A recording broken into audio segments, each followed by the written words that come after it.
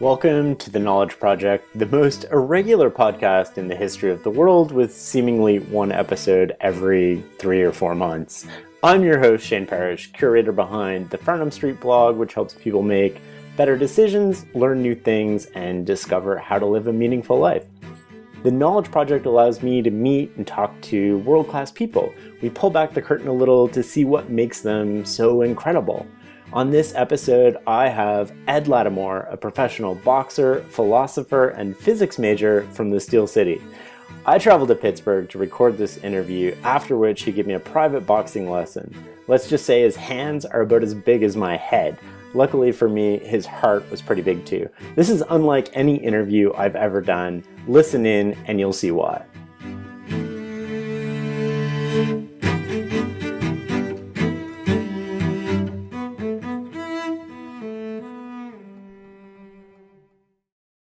You have one of the most interesting backgrounds I've ever seen from a boxer. Physics, you're into chess. Walk me through how this happened. So there's always been my interest in these things outside of boxing. And I've always had the interest in boxing, but I didn't get a chance to for lots of reasons, and those aren't really relevant. But for lots of reasons why there were lots of reasons why I didn't get a chance to do boxing. And then one day, at 22 or something, 22, I decided I was going to do this. And part of that is because I had just got out of a relationship that lasted for 4 years, and I was a total chump about a lot of things. And one of those things was I wanted to make sure I was in a position to see her every day. So that meant taking horrible jobs and not advancing myself in my academics or whatever. So at the end of 4 years, from 18 to 22, I had not advanced any way, shape, or form as a man.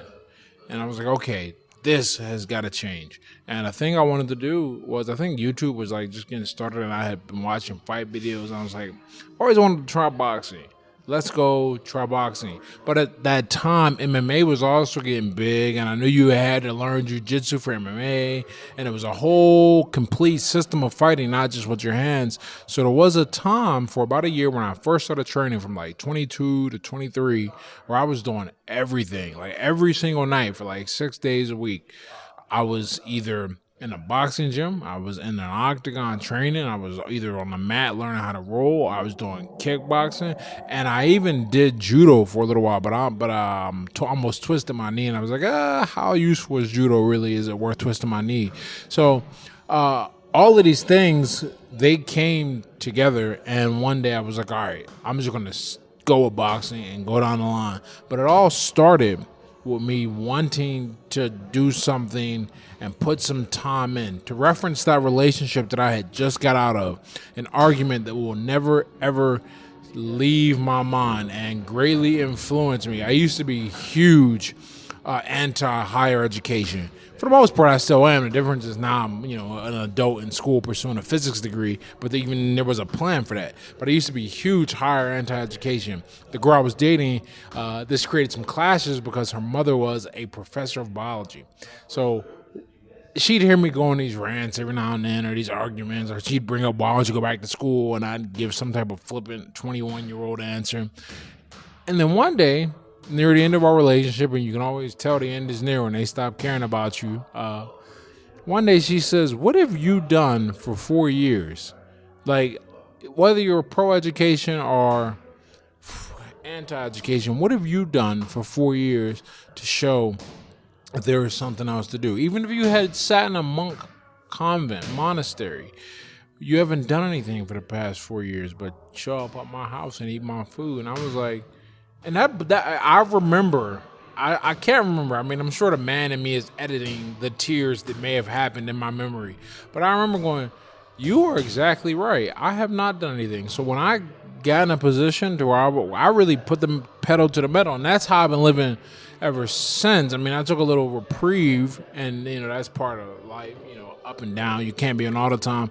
But even now, until recently, until the past 3 months or so, I mean, it was in the military, boxing, going to school, and still trying to be a decent person and from my relationship at home, because that's important. You have to maintain and nurture those relationships. So that is really where that boxing thing, we kind of moved on to a tangent, but moved on to something else. But I started boxing mainly to do something for 4 years minimum. Now it's turned into a decade, but we started there. I wasn't comfortable where I was at, and it was like, all right, let's go. Let's become something more than we are. Tell me a little bit about how you juggle between the military and school and a boxing career. Man, what's your daily routine look like? What's funny? Right now in my life, right? So where I'm at right now. Last semester I took off school. I took off so I could focus on boxing. This semester I'm taking off boxing to focus on school. I'm done with my service in the National Guard. So for the first time in over 5 years, the only thing I do, I wake up and I still work out, but I don't have to work out at the level of like where I'm in the gym 2 or 3 times a day. And then I'm trying to put that in between school, and then I have drilling on the weekend, and then I got to come home and do stuff at home. So for the first time, it's a very relaxed life. I'll tell you what I think I did to survive, because what's funny about pain, right? When you look back at pain, you can't really remember. You can remember it hurting, right? But you don't know how you survived it. I heard this referenced, this idea referenced in like women who give birth. It's like apparently it's incredibly painful, right? But somehow they do it more than once in their life. I'm not talking about the new mothers. I'm talking about the ones that have multiple kids who know what they're getting into. So how does that relate? I don't know how I survived. I really don't. I think about this all the time, and I know I'm thinking about it from the perspective of having less to do and still feeling stressed. What I think I did, I can't tell you what I feel I did because I can't get back to that feeling. What I think I did is I gave up sleep a lot of times. Sleep is always optional. I'm not one of those guys that can go forever on 4 hours of sleep, right? I need my 8 hours on average. With that said, on average is the thing we stress because, okay, so like Monday through Thursday, we're talking 3-4 hours of sleep. Saturdays, I'm not drilling. I'll sleep 10 hours, man. I'll get it in. I'll figure it out.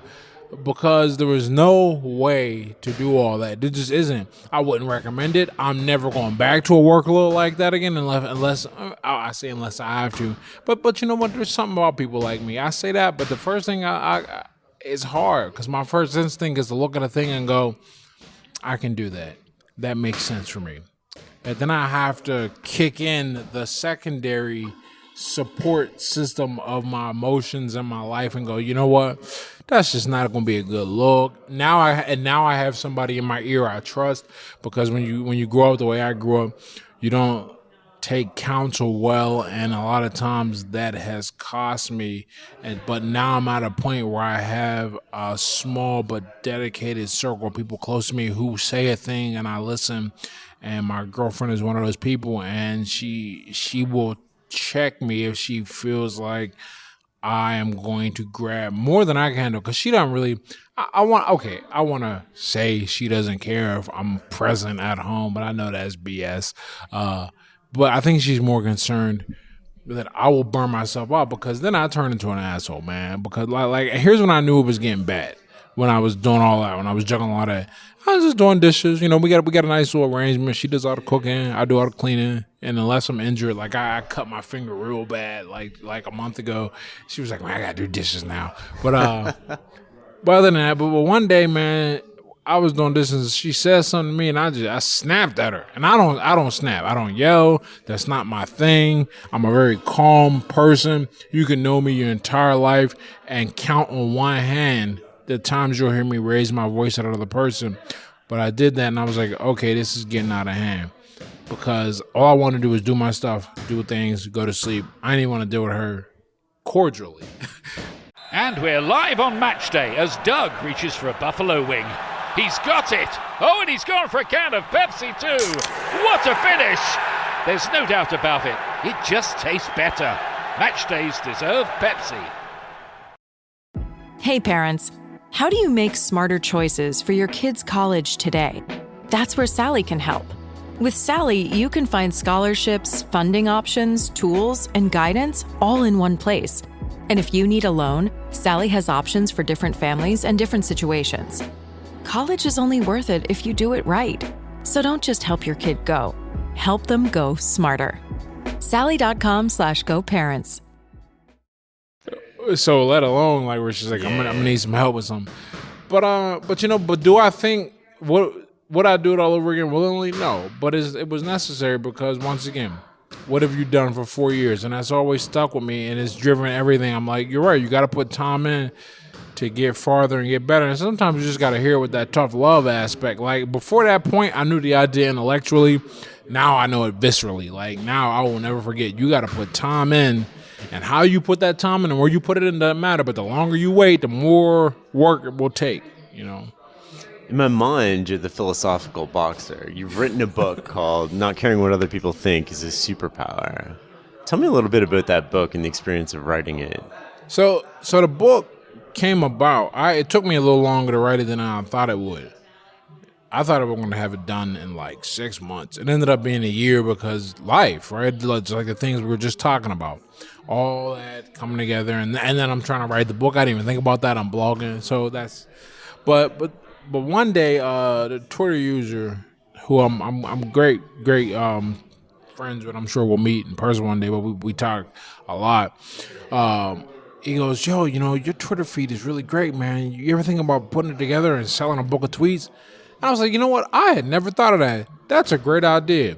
And then I was like, but there's no way I'm going to feel good about just putting out a bunch of tweets. So I called my whole list.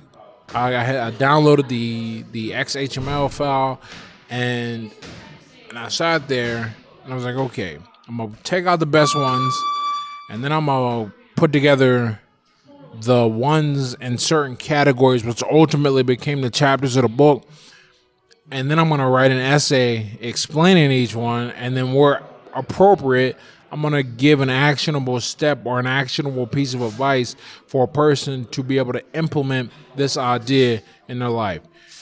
So it all started with that suggestion, and I'm pretty sure I got that suggestion, about 20 months ago, maybe a little less. And it's just been a constant thing in the making. And then when it was coming together, I was like, yeah, I really like this. One of the big parts of the book that stuck with me is kind of your philosophy on self-discipline. Can you walk us through that a little bit? Self-discipline is highly important, right?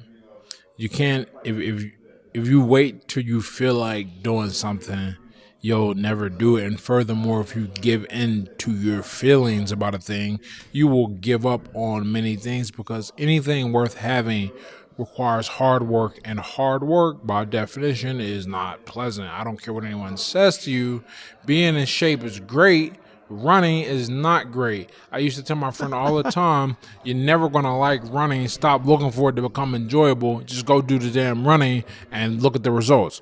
With that said, my whole approach to self-discipline is to eliminate the emotional aspect of it. Or you can feel a thing. No one's saying get rid of your emotions. Not only is that not possible, if it were possible, your life just becomes a series of like indistinguishable moments. You need emotion, but you want to control it. Most people don't have emotional control. When you have emotional control, then you can look at a thing and go, man.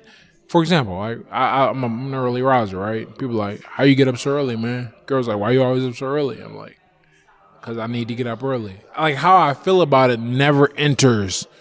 It's just a thing that needs to be done. I always say, if a thing is important to your success, it doesn't matter how you feel about it. It just needs to be done. And that's how I view self-discipline. You can't consider your feelings, because your feelings will always, your feelings are like, they're always going to find the easiest way for you to do a thing. They don't want you to work hard. Hard work sucks. But if you want the good things and the cool things in life, if you even want to have an average life, you got to go do hard things that you don't want to do. And eventually you just stop thinking about it. And then you learn to see the world as a matter of what must be done versus what must not be done. You mentioned self-confidence. It strikes me as it would be very difficult to get in a ring without self-confidence. How do you develop that, or how do you think about that? Getting in the ring, I never think about my confidence. Is that through process too? Right. Okay, so you just reminded me of a really interesting thing that happened in LA when I lived out there. I got evaluated by a sports psychologist. We all got evaluated by sports psychologists out there. And he said, as you get closer to the event, you get more confident, and then you're more confident, more relaxed as the event occurs. That second part, I think, is typical of most athletes. Once you get in there, they say once you get hit the first time, then you know you're good. That part before, how I get more and more relaxed, or how my confidence rises and grows. I don't think that my confidence is growing so much as I'm accepting the inevitable. I've already signed on a dotted line. The fight's already going to go down. And in my mind, the outcome is actually already predetermined. No one knows what it is, but it's already set in stone. So there's nothing for me to worry about. That is the first thing, that detachment. That's the first thing, and I think that's the most powerful thing for me about fighting is that I don't care if I get hurt. I know I'm gonna experience pain, right? So what is left for me to worry about? I just got over being now the worst thing that could possibly happen has happened. So I've dealt with that. I've been embarrassed on national television, right? You go and do all these things and you realize the world does not stop. No one cares. It really doesn't matter. And then you get the confidence to really act. As long as you think people care what you do, as long as you think that somehow your little existence is going to make a big ripple in a long grand scheme of things, you're going to be terrified to act. But once you understand, once you realize that it's freedom, it's freeing. Once you see that no one cares, no one thinks about it, except maybe the people at the moment, like no one cares anymore. I don't care anymore, right? I can say, hey, I got stopped. I got knocked out on TV, and it doesn't bother me because it's an event that's gone and I've learned from it and I've taken the best parts of it to make myself better. Most people get too attached, too fixated on a single event, so they cannot be confident. So when I enter the ring, I'm not thinking about a bunch of other things going on. My mind, by default, I don't know how other fighters achieve this, but I know they achieve something similar. They might not use my wording, but I think the process and the benefit is the same. By default, I don't worry about anything else going on but the guy in front of me. But I'm not even really worried about him because the worst thing he can do, he can't kill me. And even if he could, then life would be over. What is there to worry about? You go have fun and you perform and you get it done. Once you realize that the worst thing you could lose, that's the worst thing that happened. Randy Couture said this to me. Once again, you live in LA, man. You meet all these people. Came to the gym one day and he was giving us a little speech about something. And he said something, once again, it will always stick. Much like the 4-year thing, this will always stick. He said if the worst thing that happens to you in your life is you lose a fight, then your life is going pretty great. And that was when I was an amateur, and it stuck with me ever since. It's just a hobby. It's fun. People worry about getting punched in the face. People worry about getting, but then you realize it's just pain. Pain is the same as pleasure. It's just a feeling. It's gonna go away. But as long as you avoid that, yeah, you can't have fun. You can't get the benefits of life. It's a good time. I wish every man would go at least have box an amateur event. He ain't got to go pro, but it's very easy to become an amateur boxer. In the book, you talk about the concept of good pain versus bad pain, and you said good pain comes from pushing towards a goal. Bad pain comes from avoiding challenges, and you're going to suffer either way. You might as well be better. You walk me through some of the thinking that led you to that? Right. So I'm pretty sure when I wrote that, the first experience, because I always think like this. I think that everything can be like combined and explained, and you can take one idea and use it to explain other ideas. So I'm pretty sure I was actually thinking about like romantic endeavors when I wrote that. And I was like, okay, it's going to be hard if you're with somebody, but it's going to be equally hard if you are to always run away. And then I was like, oh man, but that's like the same in fitness. Like either you're going to suffer because you're unattractive and you have horrible health, or you're going to suffer while you're working out that painful running. So what's the difference? Is it all suffering? The difference is one kind of suffering is moving towards something you want. a good body, a good partner. The other kind of suffering or pain is going away from things, going away from putting the work in, going away from being vulnerable and opening yourself up and taking risk. So no matter what, there's going to be an uncomfortable process. And I think that's just part of the rate of change that is life. Always thinking things in terms of calculus for some weird reason. The rate of change of life.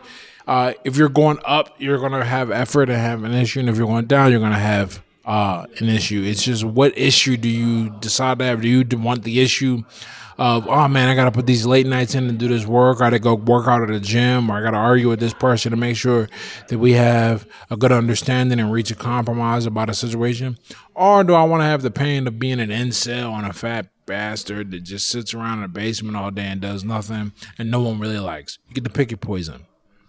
When you're in the ring, do you have any emotions going through your head? Like, is it a feeling, or is it just you're kind of robotic at that point? I have learned something really interesting about myself. I don't. I am completely detached. That may be more harmful than helpful. I'm like the other end of the spectrum in that regard. On the one end, I think you have the caricature that most people think of, which is like this emotionally reckless boxer that's full of anger and just wants to bring pain. Like Mike Tyson in that interview, they ask him like, "Why are you so angry in a fight, Mike?" And Mike goes, "It's a fight. What's the matter?" That's like one extreme. I'm pretty sure I'm on the other extreme, and that's not good either. Ideally, you want some type of emotion. You want to care enough to not care, if that makes sense. You need to care about the outcome enough that you want a good outcome, but you also are more concerned with a process. Like, I take the work very seriously. Clearly, I couldn't have gone and done things amateur or professional if I did not take the work seriously. At the same time, in the ring, I'm very, very detached. I mean, detached from an outcome. Yeah, and maybe it's not a weakness. I think a lot of times we sometimes question how we think about a thing because everyone else around you thinks about a thing in a different way, and you realize you're a minority. That doesn't mean you're wrong, but it's certainly easy to feel that way. So I wrestle with that a lot. Should I be more attached to the outcome? Should I be less attached to the outcome? Am I just right? But I don't feel... I'm not angry at the guy. I can laugh and joke with him beforehand, hang out with him afterwards. It's just a fight. It's just a fight. It's not the end of the world. We're not like ripping each other's families apart. I'm sure I could figure it out, but I don't even know how to trash talk, man. I just go, oh, that's nice. Nothing can save you when we actually start fighting. So, yeah, it's, to me, you enjoy the time in the ring. It's very enjoyable. How do you stay motivated to get better? Like, after you win, how do you go to the gym in a couple days and reset? My goodness. Okay, let's pretend I didn't have a mastery mindset. What I do have and have always had, and I think this is a good sign of a good coach.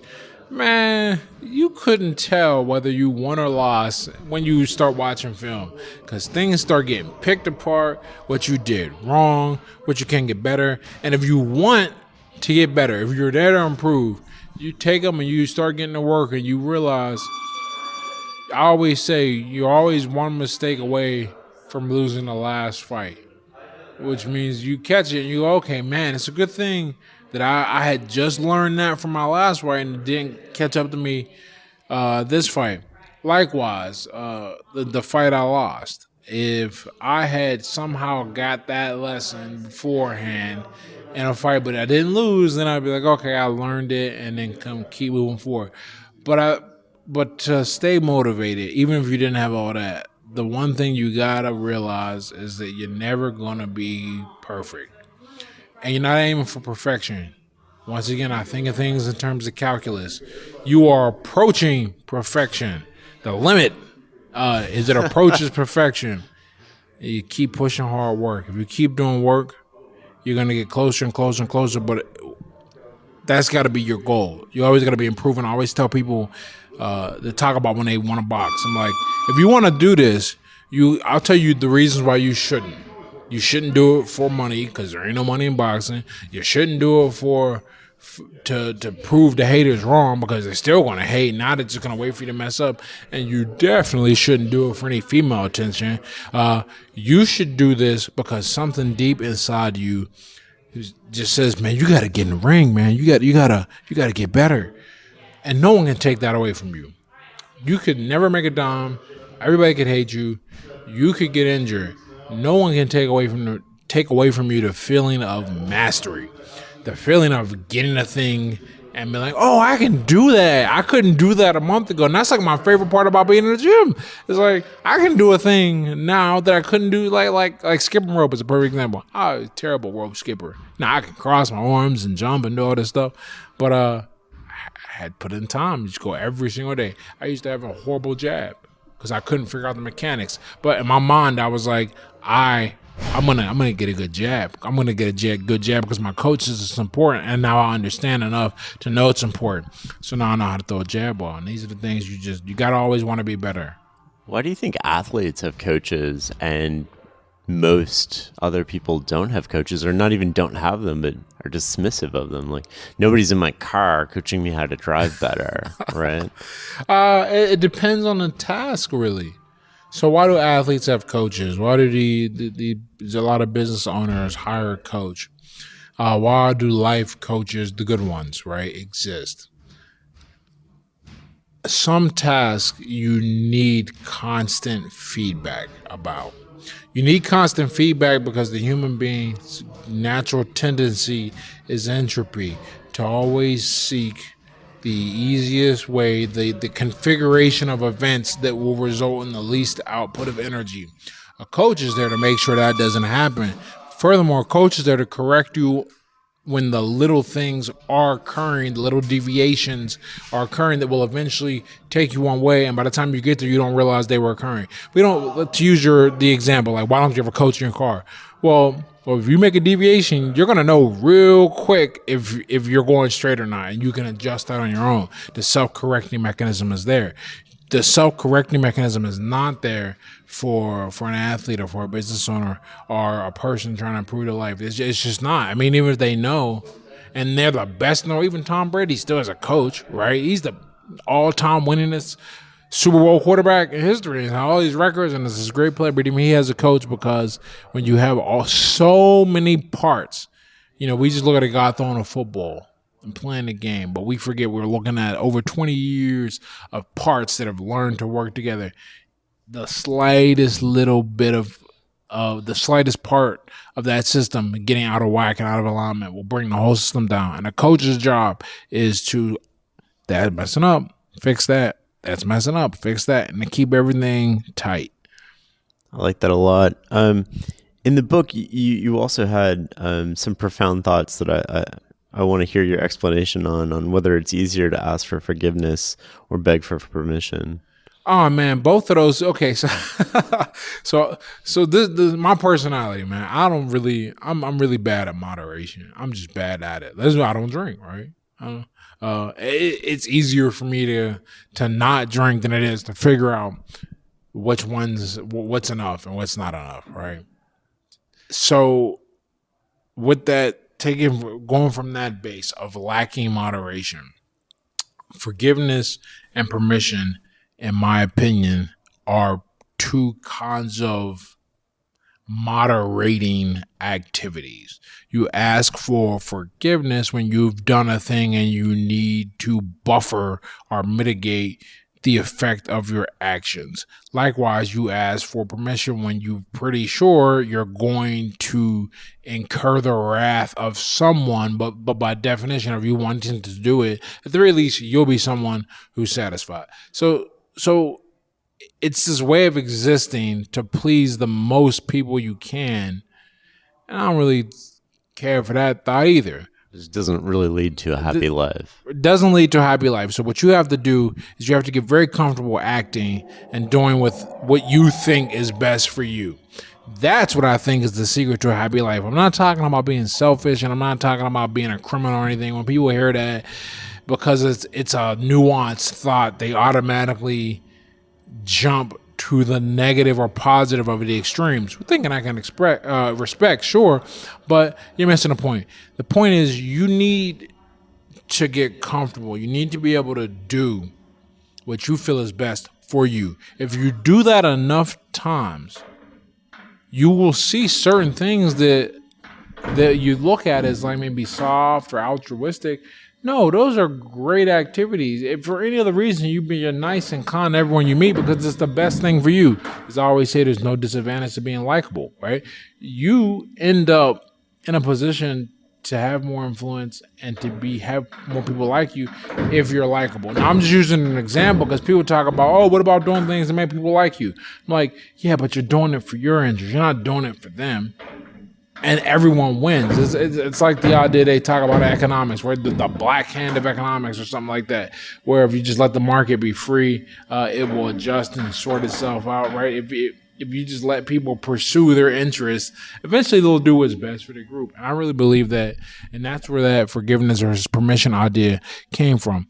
Either one is an attempt to kind of reconcile clashing feelings and perspectives. I'm like, nah, you don't need to worry about all that. Just do what's going to work best for you. If people got a problem with it, they'll disappear. And if they don't, they will gravitate towards you, and you're influencing the happy life you'll have will just become happier and better, and you'll be able to better serve the people that do stick around. Speaking of people that disappear, one of the other aphorisms in the book that kind of caught my attention was, as you raise your value, more people will want more of you, but you want less of them. That's like we'll just use like a hot girl, for example. Start there, right? The hotter she is, the more guys want to date her. But because she's so attractive, most guys by definition will not meet her standards. Because everything's like a pyramid in that respect, right? At the bottom of the pyramid, or most as everyone, right? And then you move up, and all those people at the bottom below you are like, oh, I want to reach up and I want to be higher up, and they're like, why would I want to go lower, right? And once you're at the top of the pyramid or very close to the top, there's so many people who will be like, I want to reach up, and you're like, well, why would I let you pull me down? And that's the struggle that happens all the time. You, as the individual you become, you start to radiate a certain type of energy, and hopefully it's positive, right? And as you radiate that positive energy, as you become a better person, as you become a more influential person, as you improve your life, people go, that's a great person. I want to spend more time around that person. But then a funny thing happens. They think that, but they're not at your level. And so you're like, okay, what's the trade-off? You don't have all the time in the world. You have a little bit of time. So you got to decide. Am I going to go spend time? Am I going to give my energy? Or I'm going to continue to do myself and do better and pull those people up, hopefully it inspires them to improve. But that big discord, that great discord that occurs, more people wanting your time as you become more valuable, you experience that when people will not improve, but they just want to spend time around you because they see you as like, something worth spending time around. If data management is slowing down your business, you need the Intuit ERP. If one entity is here, and one here, and one here, and one here, you need the Intuit ERP. If scaling your business feels like starting over, you need the Intuit ERP. Intuit Enterprise Suite is the AI-native ERP solution that consolidates, migrates, and automates, all in one place. Learn more at intuit.com/ERP. Adobe Firefly is the all-in-one creative studio with AI-powered image and video editing for today's creative process. Built for creators of every kind, Firefly helps you generate, edit, and experiment fast. Because the asks aren't getting smaller, the budgets aren't getting bigger, and the timelines, oh yeah, still tight. With all the best creative AI models in one place, Firefly brings your ideas to life. Unlock a better way to make with Adobe Firefly. Do you see that changing the standards of the people you hang around, like your friends and your like? How does that influence?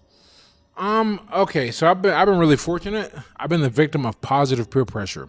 I've always had great friends, and they have always I feel like now I'm starting to catch up to the people they are, to put it in perspective. How did you come to the conclusion that you wanted to stop drinking? Man, I looked at everything in my life, what I wanted to accomplish, where I was going, the potential I had. I wasn't satisfied where I was in my life. And I did a quick 80-20 analysis, and I was like, In fact, I used to say, if 95% of my personal problems are exacerbated, are caused by the influence of alcohol, which is like an embarrassing thing to say now. Like, man, I was content with most of my life being a shit show because of drinking. Which, I mean, it wasn't that bad, right? But just wasn't what I wanted it to be once I realized what I wanted it to be. And I looked at all the things and I said, alcohol is a commonality there. Alcohol is a commonality there. Alcohol is in all of this. What is the benefit? Do I need to keep drinking? No. Okay, see ya.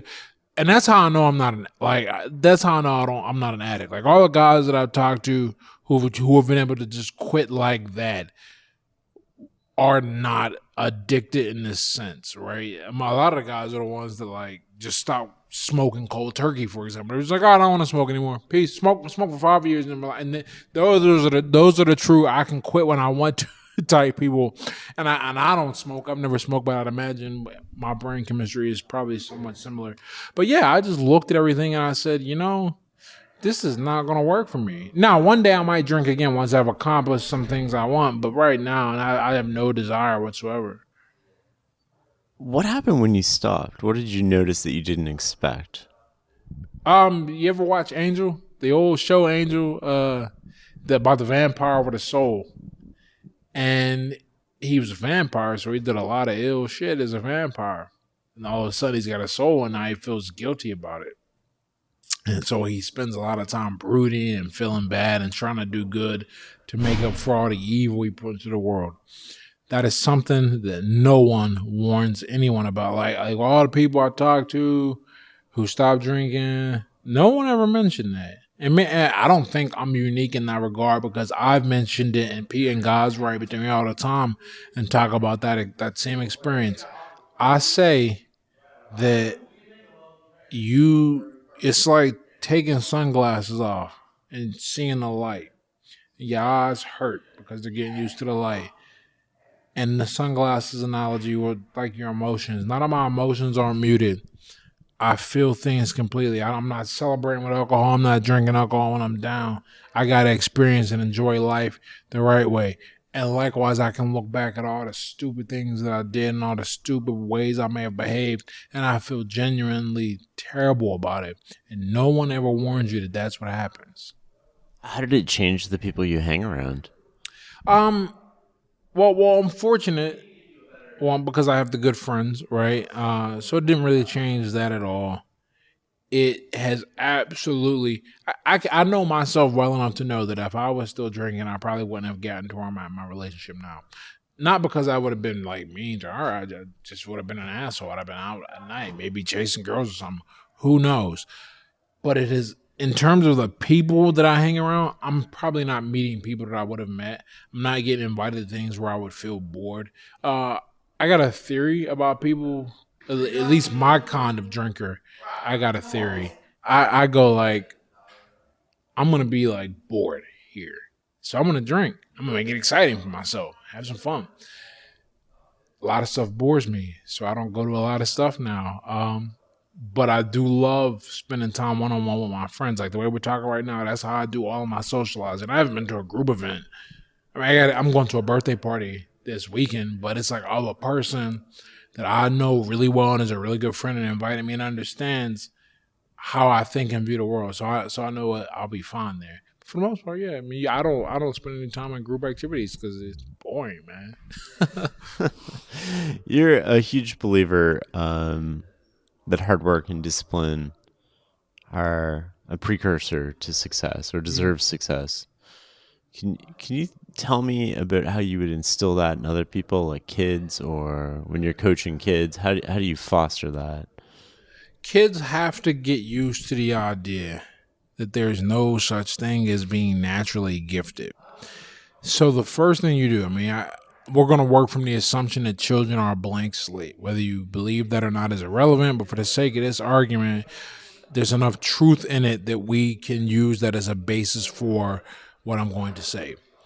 You have to begin speaking to children immediately in terms of effort as opposed to innate ability. There's no such thing as a good child. There is a such thing as a child that was able to wait 10 minutes and be quiet. There's no such thing as a kid that's good at math. There is a kid that was able to struggle through a problem. You don't want to get children used to the idea of instant gratification. There's an odd that they have to wait for things. They have to work and earn everything, even if it's a small thing. I don't know, when I say work and earn, I mean they have to get used to the idea of effort equals a thing. Like if a kid wants to go like have candy, I'm not saying don't give them candy, right? I mean, I am saying that at the core, but for this argument, I'm not saying don't give them candy. Say, okay, you want candy. I'm going to need you to do X, Y, or Z. I mean, obviously, like good moral things that will help them become better, but they must learn the concept of exchange. I think the quicker you can get a child to understand the idea of exchange. I mean, and I'm speaking hypothetically. I mean, I'm sure there's a parent or a few hearing this going, that's impossible. Maybe it is. But based on some experiences in my past, I've got more experience raising children than people probably think or know. With that said, I think the sooner you get a kid to understand that nothing in the world is free, right? That you get, and then they don't have to like have an economics understanding. They just gotta understand I gotta do a thing for a thing to happen. If I don't do some things, some bad things don't happen, and that's what good parents do. You just gotta keep it up with academics and behavior and things like that. And I think that you start there. As they get older, I think the sooner you can get them into some type of skill-based thing or effort-based thing that will make them see the value of practice and work, I think that's good too. Whether it's like there's this thing, kinder music going on now, or you can get a kid to go like run, even going running with you, just having fun with that, just getting them comfortable with the idea that like life is not always enjoyable. It's not necessarily bad. It's just not always a pleasant show of relaxing and having a good time. You want to get them to see that. It's not supposed to all be enjoyable, right? But Right. so often it seems like parents are focused on preventing disappointment, only giving happiness, not instilling those. And that is not life. I mean, that's the equivalent of raising a teenager in college and expecting them to understand the real world. Right? And see how that's turning out so far for a lot of young kids. People cannot expect the world to always be nice. That's just foolish. It's way better. What's that saying? I love some of these cliches, man. I got a few of them. It's not about waiting for the rain to stop. It's learning how to dance during a storm, man. And that's the truth. You don't, because it's ebb and flow. It can't always be good. And you wouldn't want it to be good. It's like music, man. Music is not enjoyable because of the notes you hit. It's the space between the notes. You need things to not be there. You need things to not be good to appreciate when they are there, when they are good. People try to avoid that not part all the time, only to realize that that's just not fun, right? You had some pretty profound thoughts on relationships in your book as well. Can you kind of walk me through your high-level view of your philosophy on those? My high level view of relationships is that it's better to build a life and bring a person into it than it is to try and build a life around a person.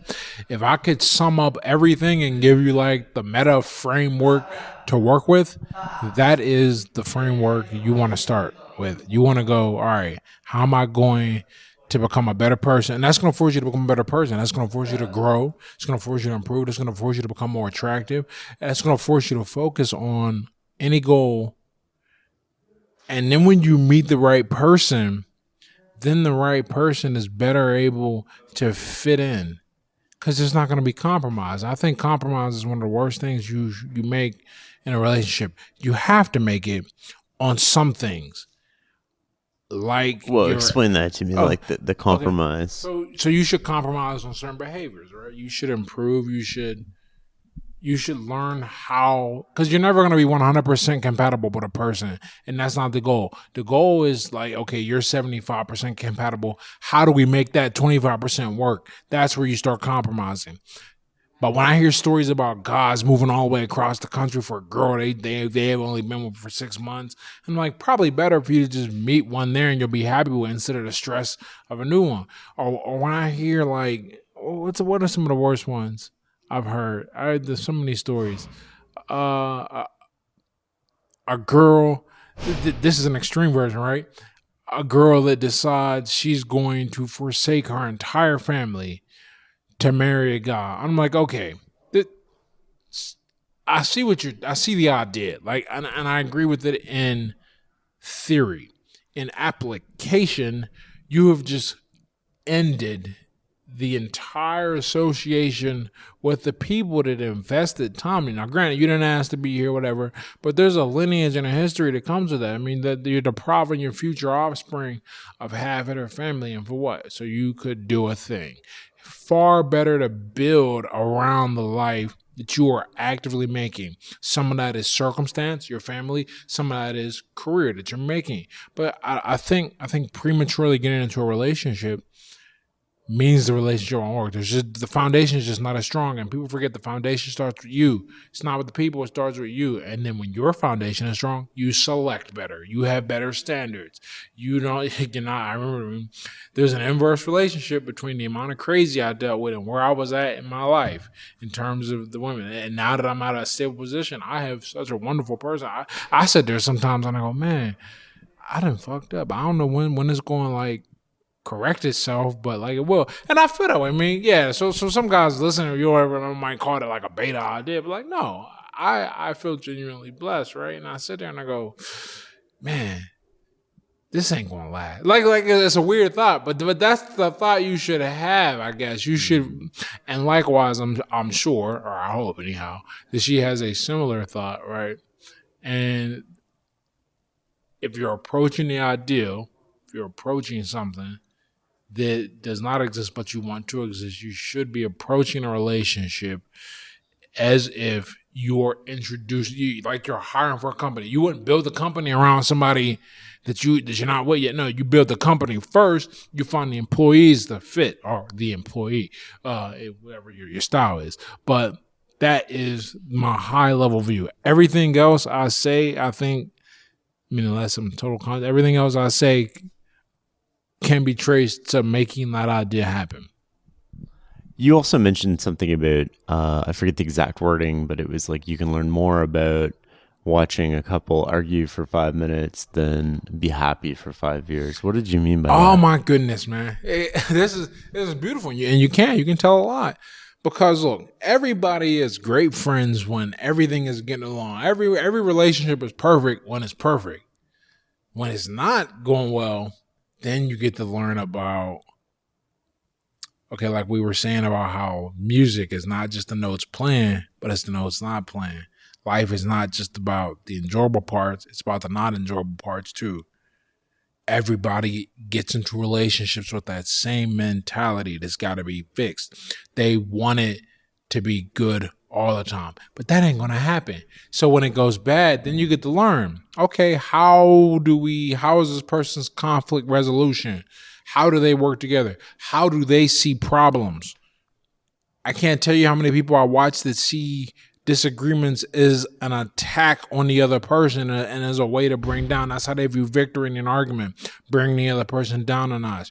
Instead, if you want to make a relationship work, right, and this is just how I would do it, you need to look at it as here's a problem, but we got to solve. How are we going to solve this? And us not solving it is part of the disagreement right now. In fact, I could even say it is the sole disagreement. This problem that we have, and we have two different ways, two different approaches, perspectives on how to solve it. The key, this is where that compromise now becomes important. It's not important in the 80%. It's that 20% that you disagree, and that's where the compromise is important. How are you guys going to work together to get the thing done? So you can learn a lot. You can't learn a thing about a couple when they're having a good time. You learn everything when they're having a bad time. Who yells, who raises their voice, who shuts off, who broaches the subject objectively, who starts attacking character as opposed to the problem, who brings up old stuff. All this comes up who stays on target. You look at this, you can get a whole map, and the more experience you have looking at this, the more you can look at a couple and go, I know exactly how long you have left. Yeah. Like, yeah. So, what's your experience with couples that are happy and how they argue? Is it all about kind of that compromise or trying to find a solution instead of mudslinging? Or I have a buddy coming up that's getting married. He's been in with his girl for like 2 years. And my best friend out in LA, I was the best man at his wedding, got married when we were 23. So they were together for like 4 years beforehand. So over 10 years. How do they argue? I haven't really seen my friend get married coming up in June argue, but the couple in Cali, I've seen them argue a few times. They never, I won't say never, but very rarely. No, in fact, I've never seen it. I'm thinking about it. They don't insult one another.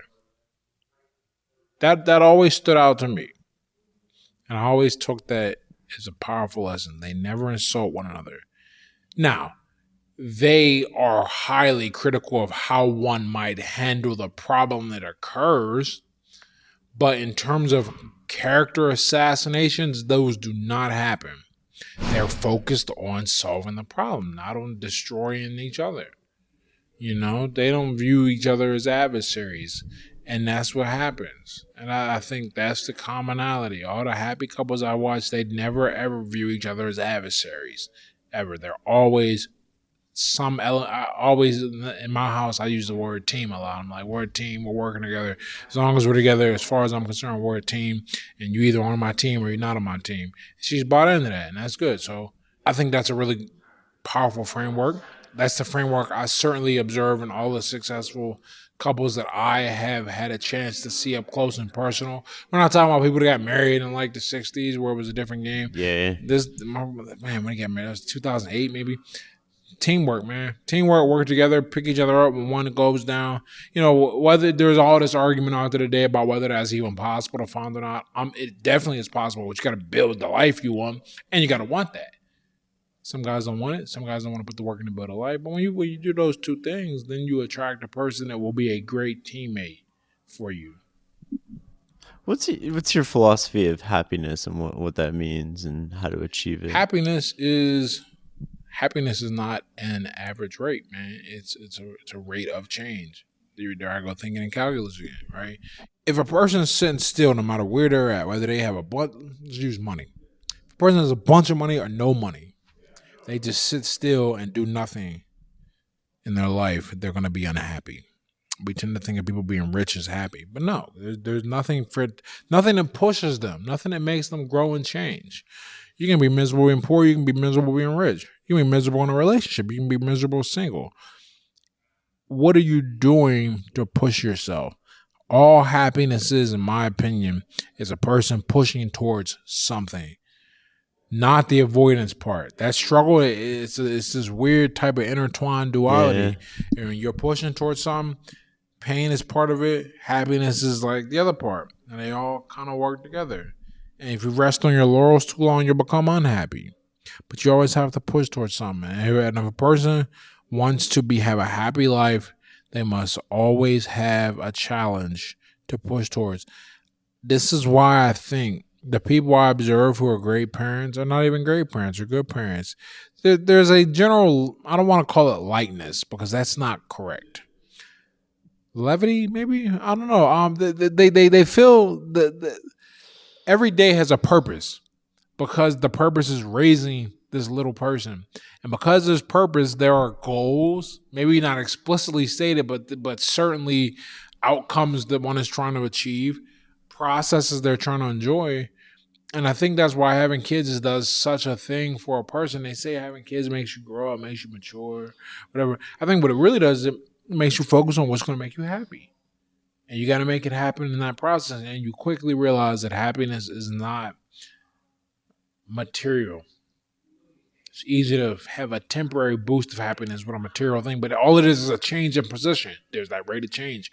Once the change isn't happening anymore, you're back to being unhappy. So your whole life, if you want to be happy, you got to push towards something. It doesn't matter what you push towards. It doesn't matter what you want to be, what you're trying to become. But you got to be trying to become. You have to try to become something. You have an interesting philosophy on that too. You said don't tell people what you're trying to become. Just talk about what you have become. Yeah, man. Social media age, right? We are infected with this disease of self-promotion, but we're not self-promoting what we've done. We're self-promoting what we plan to do.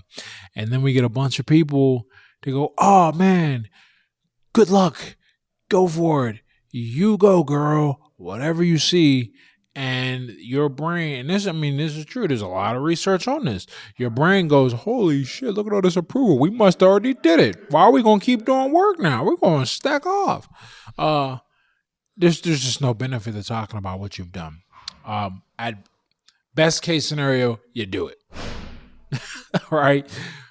Which is what you were trying to do. Worst case, you don't. And if you don't, now you've told all these people that you are going to, but there's nothing to show. So now what do? You hop on what do they call it, the dopamine treadmill. You get back on and you talk about the newest goal. I mean, I don't know. I don't think I've seen you on Facebook at all, but I'm sure there's some version of this on Twitter, though. Twitter tends to skew kind of different in terms of the activity that goes on amongst the users. You see someone goes, I'm trying to lose this amount of weight, or I want to do this, or I'm going to start this. And people go, oh, there's a bunch of likes and there's a big rally behind it. And in 3 months, same shit. They're in the same spot. Nothing happened. Nothing changed. Why? Because they got all the validation. Your brain. Look, I'm never going to be the guy that says motivation doesn't count for a thing. And motivation is important. But it's a finite resource and it will exhaust itself. And when that falls off, you got to rely on maybe habit, system, and necessity, all kinds of things to get you through. But because that system is in place, it can be hijacked. And one of the ways we hijack it is we go and we get all this false recognition. Look, man, I've gotten a reasonable amount of recognition in my life for things that I have done. I'll tell you what, it feels a lot better and it's a lot less nerve-wracking when a person congratulates me for something and then they can also go look it up independently online and go, oh, okay, right? He really did that, yeah. But if I chime in like when a buddy tells me he wants to do something, I go, cool, man. I never ask about it again because I don't want to stress them out. I know they ain't do it. Otherwise, they'd be all over it. I'd hear all about it, right? But you don't hear the result. And you talked about habits and systems there. What's one habit you've changed recently that's made a profound impact on you? Do you want to know? This is silly, man. This is real silly, but it's true. I wash the dishes as soon as I'm done eating. How has that impacted you? All right, so I don't know if you know. When I was growing up, my mom used to do that like right away. You'd be like eating your last bite, and she'd be grabbing the plate and. Yeah, so I used to make the bed up immediately when I got out of it every morning, but I didn't, and then I switched it to the dishes. What does this do? First of all, it establishes some like regularity. 2, I gotta do the dishes anyway. If I'm already up and moving around, man, I'm telling you, this is the best part about studying sciences, right? Not like the knowledge, but the analogies you can make.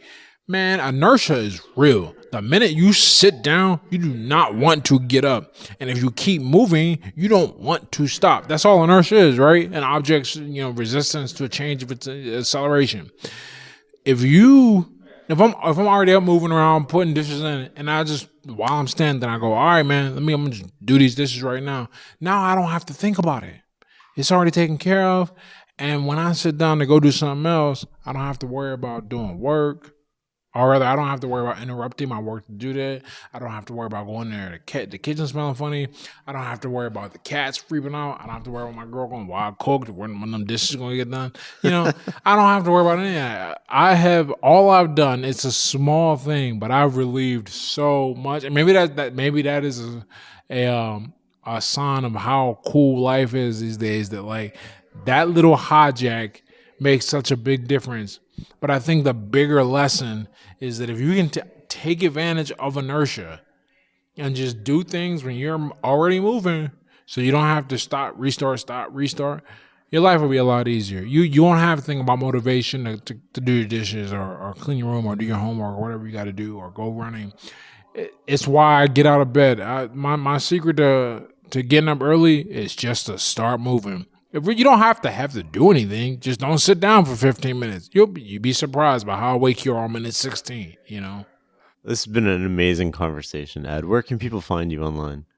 My Twitter account is great. I'm always saying stuff on there. That's how you found me. So that's at Ed Latimore, Latimore, an ED at the beginning, Ed Latimore, one word. I'm hoping that somewhere on the website spelled out. And my website is just www.edlatimore.com. So my name, I own my name. I always own your name, man. I learned that early on in the internet game. You own your name, and people can find you easier. So Ed Latimore, just like it'll be titled on the podcast, on Twitter, and my website. And I'm also on Facebook. I have a Facebook page, but I post there occasionally. Sign up for the mailing list, see some things. I just sent an email out today about some stuff that I don't always post because I like to communicate with everyone and just express my thoughts and likewise get thoughts back. So I'd love if you stop by and drop some thoughts off. Thank you so much. This has been great. Thank you very much. Hey guys, this is Shane again. Just a few more things before we wrap up. You can find show notes at farnamstreetblog.com/podcast. That's FARNAMSTREETBLOG.com/podcast. You can also find information there on how to get a transcript. And if you'd like to receive a weekly email from me filled with all sorts of brain food, go to farnamstreetblog.com/newsletter. This is all the good stuff I've found on the web that week that I've read and shared with close friends, books I'm reading, and so much more. Thank you for listening.